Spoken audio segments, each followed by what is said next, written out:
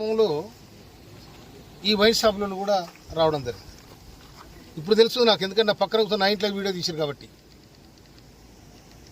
అయితే నేను వాళ్ళతో మాట్లాడే సందర్భంలో మరి ఎవరు తీసిండో నాకు తెలియదు. నేను వాళ్ళు వస్తే నా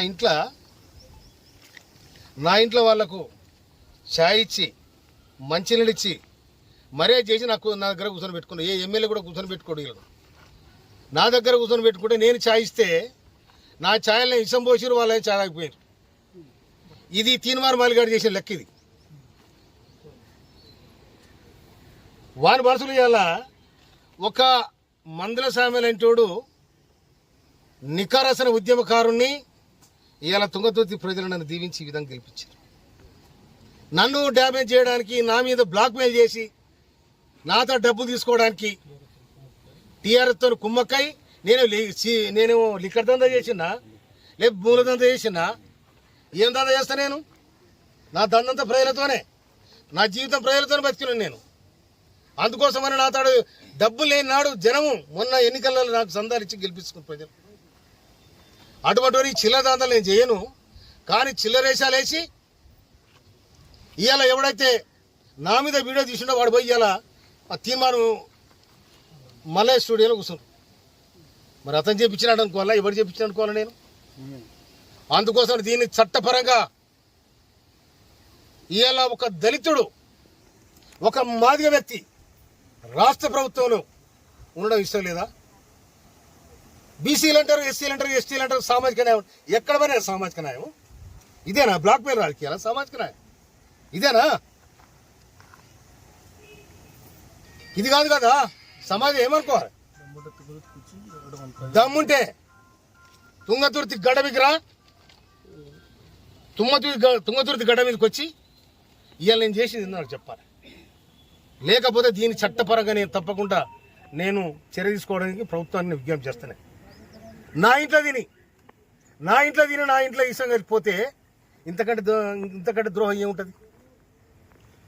వాటిని నాకు ఫోన్ చేసి ఇంకా నీ వీడియోలు ఉన్నాయంటే, వీడియోలు అన్ని మంచి నూక్కోరా, నువ్వు అన్ని మంచి నూక్కో, ఏడు నువ్వు కూడా నూక్కో.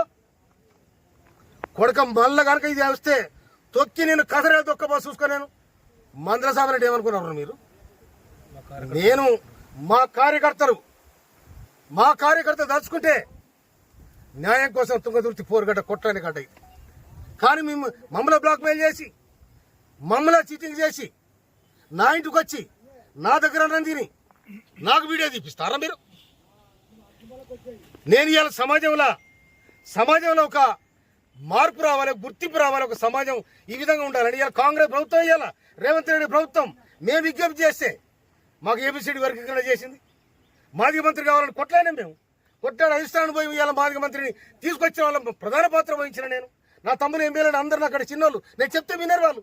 అరే తమ్ముడు, మనము చెదిరిపోతే ఆగమైతే వద్దురా, రాష్ట్ర ప్రభుత్వానికి మనం విజ్ఞప్తి చేస్తే మనకు మంత్రి పదవి వస్తుంది, సామాజికంగా మాదిగలకు కూడా అవకాశం ఉంటుందని చెప్పి నా ప్రయత్నం చేసిన. ఈ ప్రయత్నం కూడా మీరు ఓర్వలేకపోతున్నారు. మీరు ఓర్వలేకపోయినా ఓరుతున్నారు, అది నీ కర్మ. కానీ ఇవాళ సమాజంలో చెప్పే మాటలు ఒకటి, చేసేది ఒకటి, చీటింగ్ దందాలు, మాఫియా గ్యాంగులు ఏమంటారంటారు, నా దగ్గర చూపెడతారా? అందుకోసమనే ఇవాళ నేను నా మీదనైతే ఎవరైతే అకారణంగా నా ఇంటికి వచ్చి నా ఇంట్లో అన్నం తిని నా అన్నంలో ఇష్టం కలిపోయిన ఎవడైతుండో మన మీద తప్పకుండా చర్య తీసుకోమని రాష్ట్ర ప్రభుత్వానికి, పోలీసు యంత్రాంగాన్ని కూడా చెప్తున్నాను. నిజంగానే నాకు ఎవరు డబ్బులు ఇచ్చే చెప్పాను,